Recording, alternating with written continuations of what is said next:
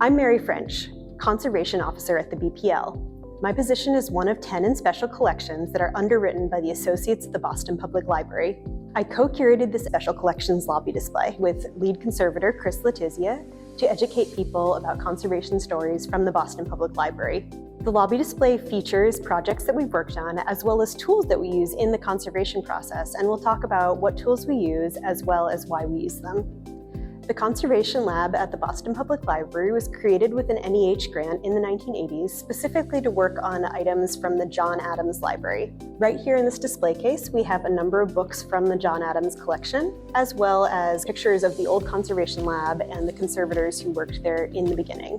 What's really interesting to me about these books is that the conservators, when they were doing the conservation, they were putting new leather on the spines, and they really tried to imitate the gold tooling that was on the original spines. So they've used tools as well as gold leaf to create these tooling patterns. And we still have the tools from the 1980s, which is very exciting. I was able to match them up one-to-one with these two books right here.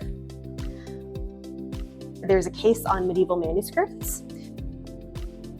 We up top have a single leaf from a medieval manuscript mounted in what's known as a string mat. And the theory behind this is that when the pieces of thread that are holding the manuscript to the mat get humid, they tend to tighten up, while the manuscript, which is made of parchment, tends to loosen. And when this manuscript dries out, then the opposite happens. So it keeps everything perfectly under tension. The manuscript below has these beautiful silk curtains. And these curtains were very crumpled. They were starting to abrade the manuscript, and so they needed to be flattened again. So I very gently humidified them and then laid them out flat, pressed them under weight to dry, and now they're capable of fulfilling their original function. The Peter and the Wolf manuscript was a very unusual but interesting treatment. Usually when conservators encounter pressure-sensitive tape, there's almost always a case to remove it. And the reason for that is that the adhesive in the tape tends to discolor. It also makes the paper a lot more brittle, and in general, it's not a good thing to have on the manuscript long term. However, in the case of this manuscript, which was written by the composer Prokofiev himself, there was a lot of text that was also written over the tape. So it contained not only information, but also evidence of the rehearsal process as translations were added to the text. So I had to do a very unusual treatment. What I ended up doing was I removed the tape, and then I performed what is known as media consolidation, where I adhered the very friable pencil that could just be brushed off the surface of the tape to the tape using an adhesive. I also tested with other adhesives the best way to re-adhere the tape carrier, which is the plastic part of the tape, onto the surface of the manuscript, so that essentially it still looks the way it did, but it's going to be much more stable in the long term.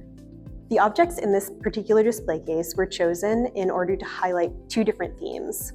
The first is that these are both really important items in women's history. The newspaper down here is called The Woman's Era, and that is the first newspaper published in the US by and for Black women.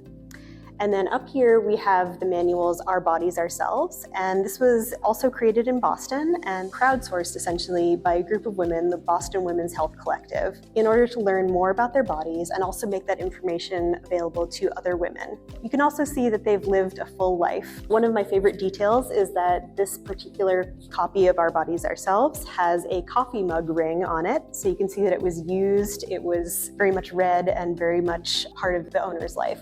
So down here, we have two different ways of treating these particularly ephemeral materials. The paper in both is extremely fragile. The Woman's Era, because it was published over 100 years ago, is in much more fragile condition, and it's also a very frequently used item from our collections. Previously, it was bound into a book, and the binding was so tight that the paper was actually snapping off in the gutters.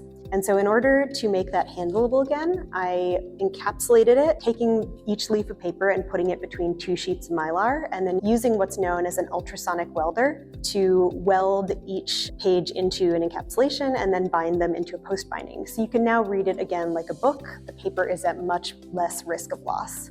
Up here, because the paper was a lot less brittle, I was able to use Japanese paper and also wheat starch paste to mend them, and so people can again use them. These are also being digitized and made available on the Digital Commonwealth. Annie's journey began as a conservation intern at the Boston Public Library, a position sponsored by the Associates. During her time, she worked on the Underground Railroad, now featured in this display. This is a very important item in the BPL's anti-slavery collection, and it was highly requested, though it was too fragile to be handled. I performed conservation treatments to stabilize it so that it could be handled safely. This is just one of the many treatments I was able to perform last summer during my internship, and now I work here full-time as a conservation technician. Don't miss Hands-On History on display from now until September 26, 2025.